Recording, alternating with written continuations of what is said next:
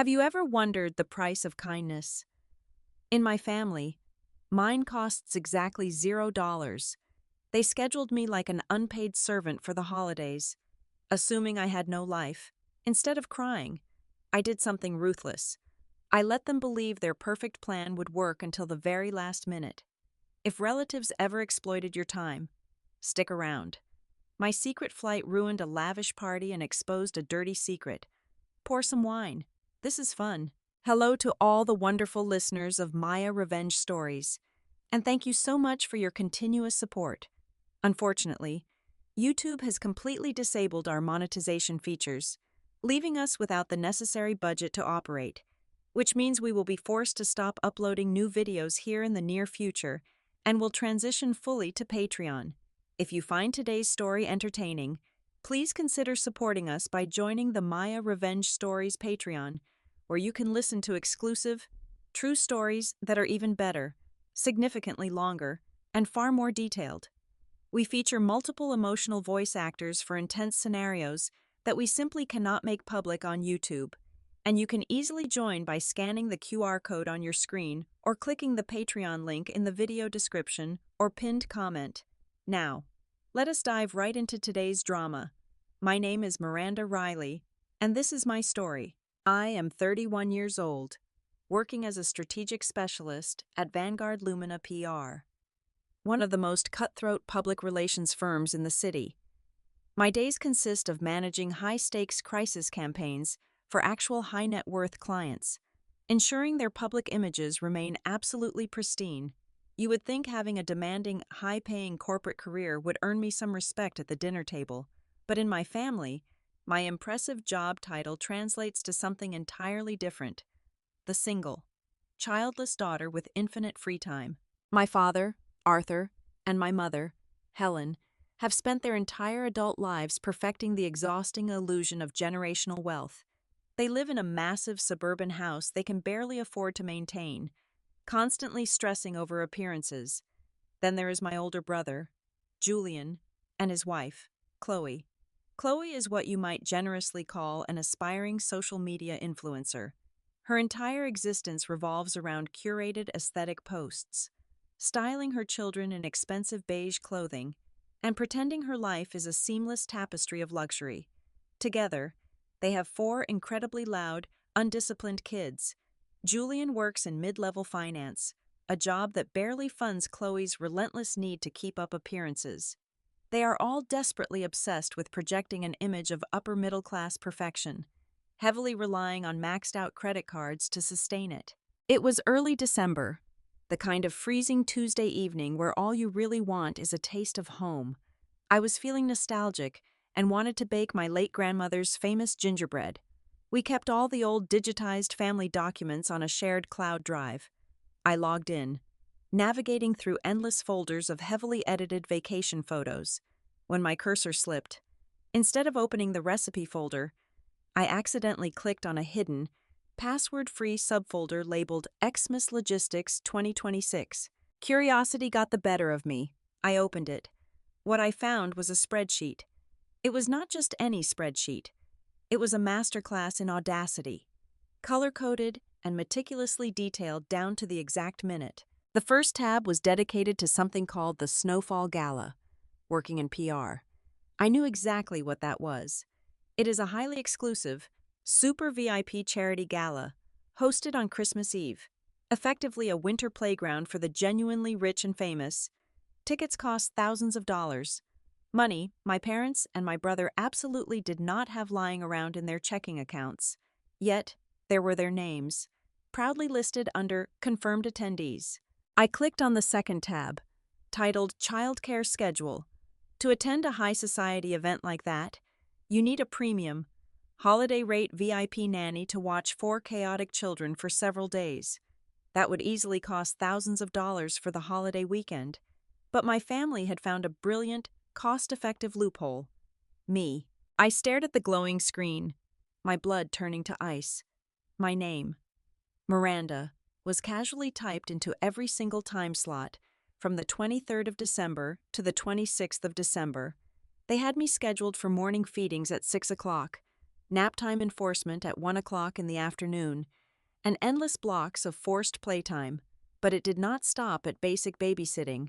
Julian and Chloe had assigned me demanding tasks like deep clean the guest bathroom, prepare organic gluten-free dinners, and the absolute worst of all, stage an elaborate holiday scavenger hunt so Chloe can take candid Instagram photos when we return. They were not just treating me like a nanny, they were treating me like an unpaid production assistant for their fake online lives. I felt a heavy lump forming in my throat, a suffocating mix of pure shock and deeply familiar disappointment. I scrolled down to the bottom of the spreadsheet, trying to comprehend the sheer entitlement of my own flesh and blood, and that was when I saw it. A little yellow comment box attached to a cell, authored by my mother, Helen. I leaned closer to the monitor, reading her exact words. Do not say anything to Miranda yet. Just wait until the last minute to tell her. She does not have any plans anyway, and she certainly cannot afford a gala ticket on her own, so staying home to babysit the kids makes the most sense. Let those words sink in. She does not have any plans anyway. They viewed my life, my independence, and my precious time as utterly worthless. They assumed because I did not have a husband or children of my own to display on the internet, my existence was solely meant to subsidize their delusions of grandeur. They were going to trap me. They planned to spring this massive obligation on me just days before Christmas, knowing I would be too blindsided and too guilty to say no. While they sipped expensive champagne, they bought on credit. I sat alone in the quiet of my apartment, the gingerbread recipe completely forgotten, realizing a cold, hard truth. My family did not respect me. They just found me financially convenient. I did not throw my phone across the room. I did not call my mother to scream at her, nor did I draft a furious text message to my brother. For a long time, I just sat perfectly still in the middle of my dimly lit living room, listening to the hum of the refrigerator. If I confronted them right then, I knew exactly how the situation would play out. They would immediately deploy their weaponized guilt. My mother would fake a sudden panic attack, crying about how hard she works to keep this family together. Julian would call me ungrateful and selfish. They would offer hollow, fake apologies while subtly turning the tables, blaming me for snooping in the family drive in the first place. Anger would only give them a chance to manipulate the narrative and play the victims. So, I chose a different weapon entirely. I chose absolute, terrifying silence. Taking a deep breath, I closed the shared cloud drive and opened a new browser tab. Earlier that week, my year-end bonus from Vanguard Lumina PR had cleared into my checking account. It was a very substantial amount, a heavy financial reward for working 80-hour weeks and saving corporate reputations from ruin. Usually, I would invest every single cent or put it straight into a high-yield savings account. Not this time. I navigated to a luxury travel site and searched for the most remote, obscenely beautiful destination I could possibly think of. Within 10 minutes, I found my sanctuary. It was a highly exclusive, 5-star wellness resort, hidden deep within the towering red rocks of Sedona, Arizona. The property boasted private casitas, award-winning thermal spas, and absolutely zero screaming toddlers. The price tag for a 5-day stay over the holiday weekend was astronomical, but as I deliberately typed in my credit card number, I felt nothing but pure, unadulterated joy. I clicked confirm without hesitating for a single second. I was reclaiming my time, my sanity, and the narrative of my own life. The next few weeks became an elaborate psychological game, and I played my part flawlessly. During our mid-December family dinners, I transformed into the most docile, agreeable version of myself. My parents and my brother were laying the groundwork for their trap, continuously dropping painfully obvious, fake hints about their fabricated holiday stress. My mother would dramatically sigh into her crystal wine glass, complaining loudly about how incredibly overwhelmed they were going to be this year. Julian would chime in, rubbing his temples, talking about important corporate obligations that required his absolute focus during the week of Christmas. I just smiled softly, nodding with wide, sympathetic eyes. I chewed my roasted vegetables while secretly planning my desert wardrobe. I was giving an Oscar-worthy performance of the naive, available spinster they desperately needed me to be. The absolute peak of their audacity happened just a few days before the holiday. Julian cornered me in the kitchen while Chloe was busy in the living room filming a holiday-themed matcha latte tutorial for her followers. "Hey, Miranda," he started, using that artificially sweet tone he strictly reserves for when he wants something for free. "Since you are probably just going to be lounging around your apartment this weekend, do you think I could borrow your SUV?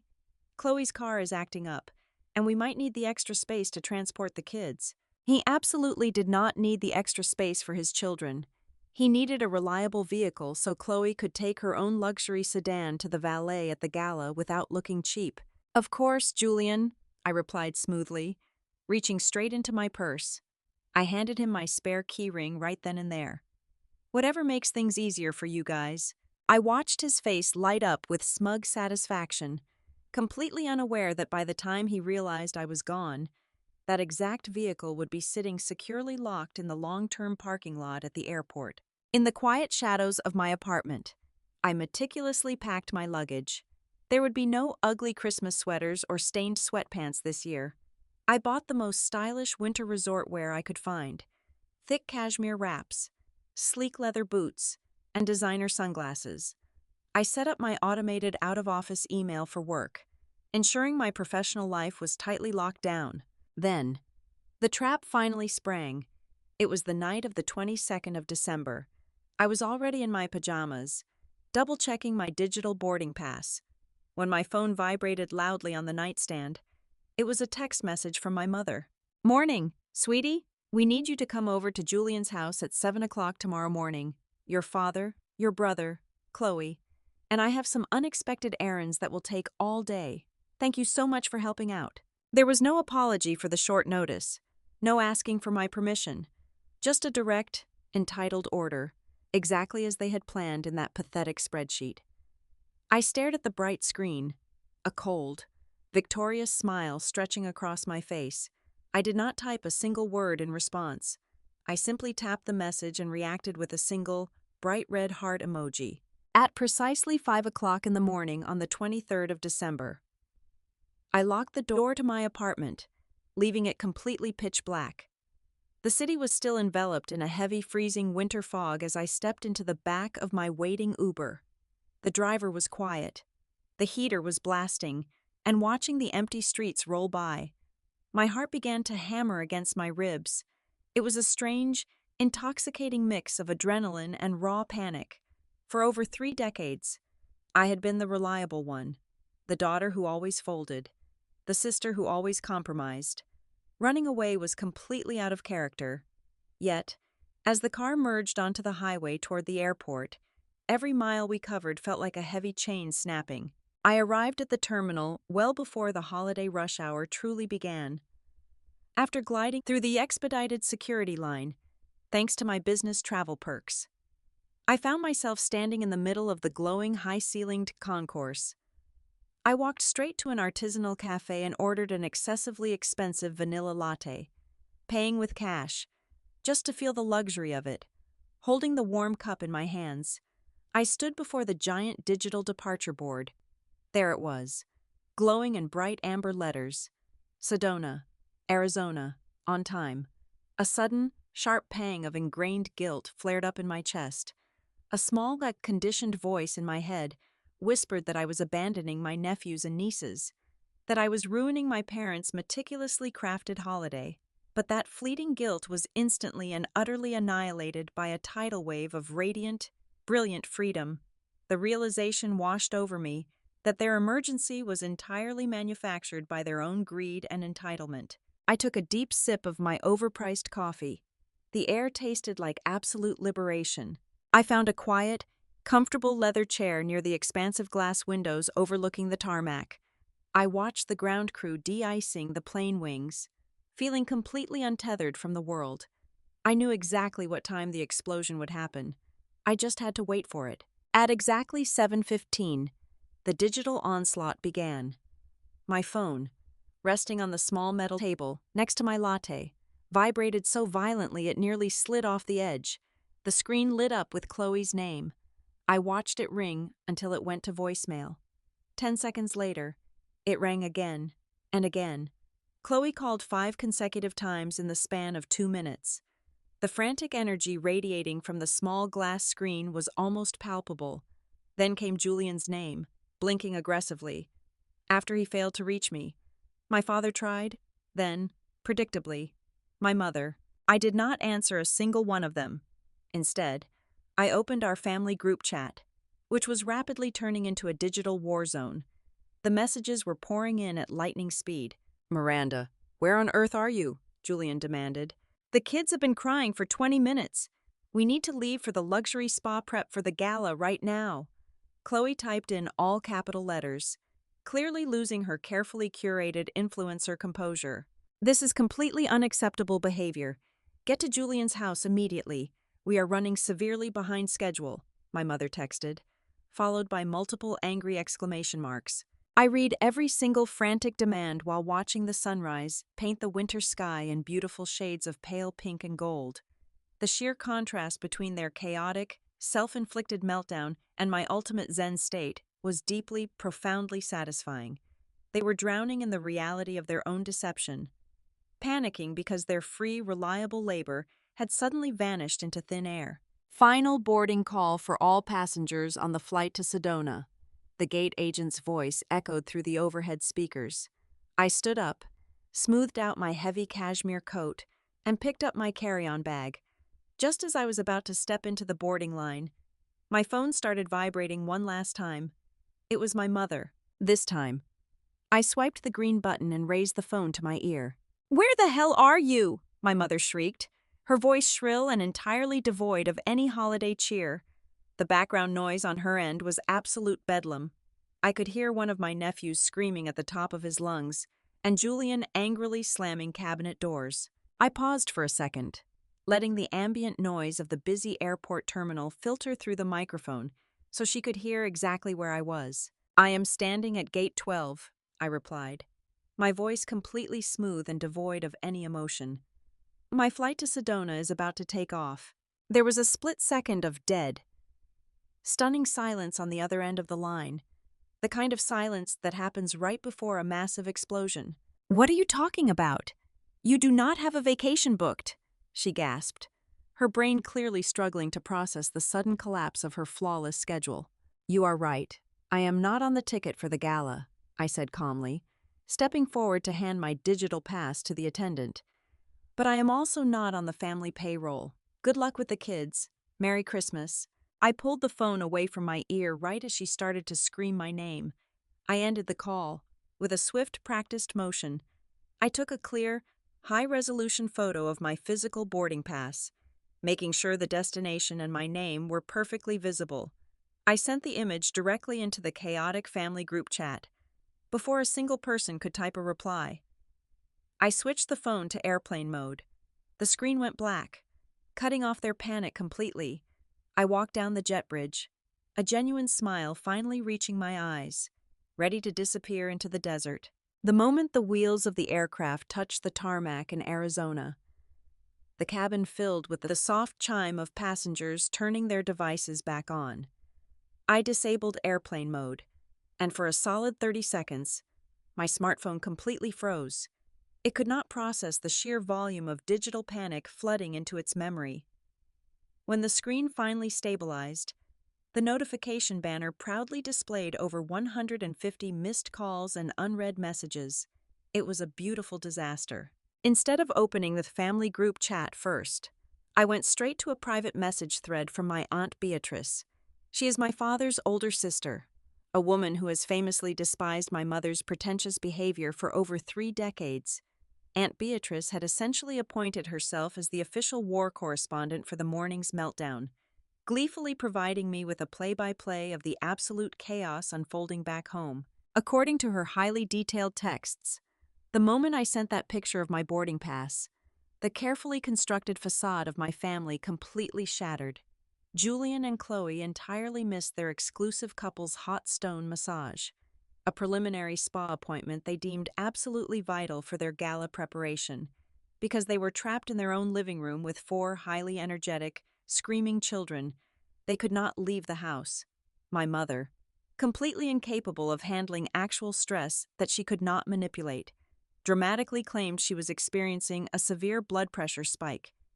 She apparently spent an entire hour lying on the expensive living room rug, fanning herself with a glossy magazine and demanding that someone fetch her a cold compress. Desperation breeds expensive decisions, with no free labor to exploit. My father and my brother were forced to hit the open market on the morning of Christmas Eve.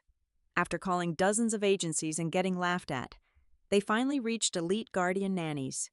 This is the city's most exclusive, ironclad childcare agency, the only one that guarantees emergency holiday staffing for the ultra-wealthy. But the ultra-wealthy pay ultra-wealthy prices, Aunt Beatrice informed me, with clearly typed delight, that the agency demanded a last-minute booking premium.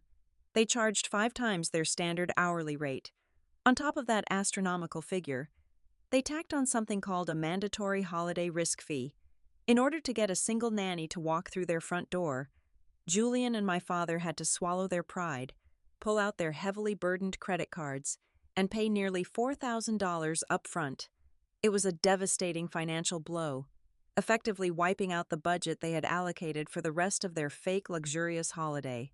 The dark comedy of this situation reached its absolute peak when the VIP nanny actually arrived at Julian's house. I learned from Aunt Beatrice's relentless updates that the nanny was a stern, highly qualified professional who carried a clipboard and wore a crisp uniform. Chloe, desperately trying to salvage her influencer content schedule, immediately shoved a detailed list of chores into the nanny's hands.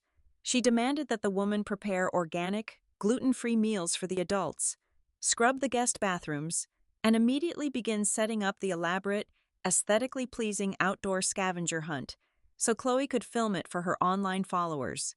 The VIP professional looked at the list, handed it back, and calmly informed Chloe of her contractual boundaries. She stated very clearly that she was there exclusively to ensure the safety and well-being of the children. She refused to do a single load of laundry. She refused to cook for the adults. And she absolutely refused to act as a prop assistant for social media photographs. Furthermore, she demanded a calm, serene environment to conduct her childcare duties, effectively ordering Chloe and Julian to stop yelling and get out of the house. Chloe was completely unhinged. Her entire vision of a perfect, documented holiday was entirely ruined because the professional they paid a fortune for refused to be treated like a servant. The very thing they expected me to do for free was explicitly banned by a nearly $4,000 contract. By the time I finished reading the extensive updates from my aunt, I was already checked into my luxury resort. I walked out onto the private terrace of my casita, wrapped in a plush, heavy cotton robe. The majestic red rocks of Sedona loomed in the distance, glowing brilliantly under the warm winter sun. I settled onto a comfortable lounge chair, raised a chilled mimosa to my lips, and finally opened the messages from my brother. "You are dead to us," subtext read. "You owe us $4,000 for this agency," read another. "Chloe has not stopped crying for 2 hours. You ruined everything." I took a slow, deliberate sip of my drink. Reading their furious, desperate words did not bring me even an ounce of guilt. Instead, every angry text message, every capitalized threat, and every demand for an apology felt like notes in a beautifully composed symphony. They were finally experiencing the exact amount of stress they had so casually planned to dump onto my shoulders. I silenced my phone, closed my eyes, and let the quiet, peaceful breeze of the desert wash over me. The house of cards had officially collapsed, and I was comfortably sitting 1,000 miles away, enjoying the view. Despite the morning of absolute hell, Julian, Chloe, and my parents actually managed to pull themselves together. They arrived at the Snowfall Gala draped in rented velvet and heavily tailored suits, pasting on the haughty, serene smiles of people who supposedly never look at price tags. The venue was a breathtaking winter wonderland of dripping crystal chandeliers, towering ice sculptures, and champagne fountains. They mingled with city officials, corporate giants, and the genuine old money of the city, desperately trying to project an aura of effortless, generational wealth. My mother laughed too loudly at unfunny jokes, while my father stood with his chest puffed out, holding a glass of scotch he could never afford to buy for his own home. But beneath the glittering surface, Julian was sweating straight through his expensive dress shirt. His primary credit card was practically melting in his tuxedo pocket. The emergency VIP nanny fee from that morning had pushed his already strained financial limit into the absolute red zone. He was flying completely blind, hoping the sheer prestige of being in the room would somehow protect him from the brutal mathematical reality of his bank accounts. The centerpiece of the evening was a highly publicized live charity auction. This is the precise moment where the truly wealthy flex their financial muscle, casually raising paddles for ridiculous items just to secure their social standing and prove they have money to burn. Julian, fueled by too much free champagne and an overwhelming, desperate need to impress a senior vice president from his finance firm who was sitting exactly 2 tables away, completely lost his mind. When a mediocre abstract painting came up for bidding, the room went relatively quiet. The actual billionaires in the room did not care about it, but Julian, trying to look like a decisive titan of industry, boldly raised his paddle high into the air. $5,000, he declared loudly, making absolutely sure his voice carried across the silent, cavernous ballroom. There were a few polite, golf tournament-style claps. The auctioneer slammed the heavy wooden gavel down on the podium. He had won. A cheerful event staff member quickly approached his table with a portable wireless payment terminal on a silver tray. This on-the-spot payment collection is entirely customary for these fast-paced charity events. Julian produced his sleek metal credit card with a smug, theatrical flourish, looking over his shoulder to ensure the senior vice president was watching his display of philanthropy. The staff member inserted the chip.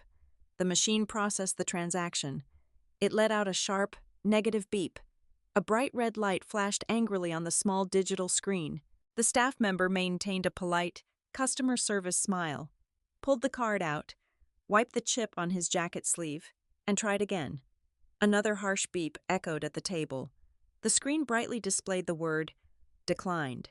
"Sir, it seems your financial institution is rejecting the charge," the staff member announced. His voice was completely professional, but it carried just enough for the adjacent, highly influential tables to hear clearly. The senior vice president turned around, raising one eyebrow in quiet judgment. Chloe's face instantly lost all of its carefully bronzed color, turning a sickly shade of pale. Julian frantically patted his tuxedo pockets, loudly stammering about automated fraud alerts and stupid bank errors. He produced a second credit card, one he usually saved for absolute emergencies. The staff member swiped it. That one was also instantly declined. The silence radiating from their section of the ballroom was deafening. My parents stared intensely at their dinner plates, their carefully cultivated image of high society evaporating into thin air right in front of the city's elite. As if the universe had decided they had not suffered enough humiliation for one evening. The situation immediately escalated from embarrassing to legally compromising. Julian had strategically turned his cell phone completely off to avoid any further stress from the child care agency. He foolishly forgot that elite guardian nannies do not play games with their time. Because Julian and Chloe were now over 3 hours late for their contracted return time without giving a single word of notice. The highly trained professional nanny did exactly what her strict emergency protocol dictated. She bypassed his cell phone entirely and called the gala's main reception desk directly, demanding to speak to the guests.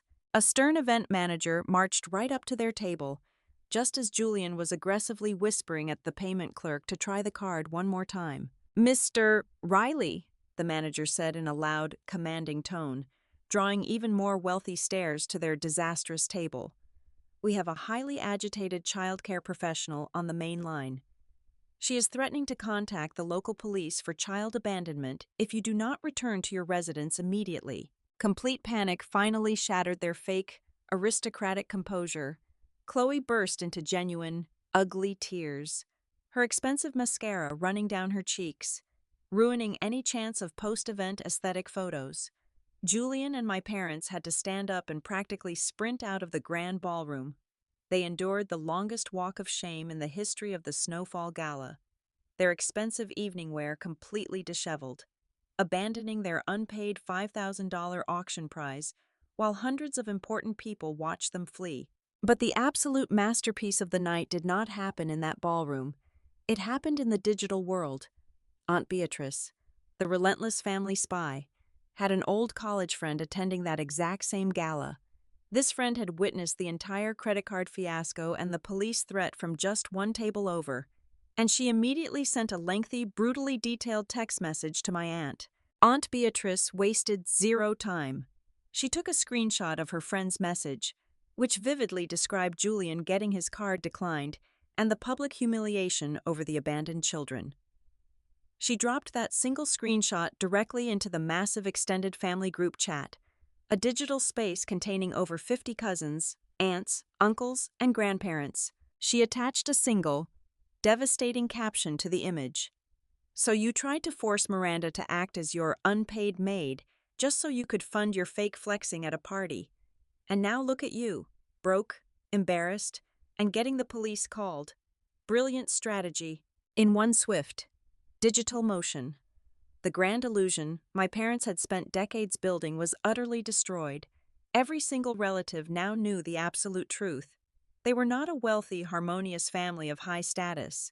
They were a group of desperate, over-leveraged frauds who tried to exploit their own daughter to keep up a pathetic lie. I returned to the city exactly 5 days later. While the rest of my family had spent their holiday drowning in a self-inflicted public disgrace and financial ruin, I had spent mine baking under the warm, healing desert sun and soaking in mineral baths. My skin was glowing with a fresh, healthy tan.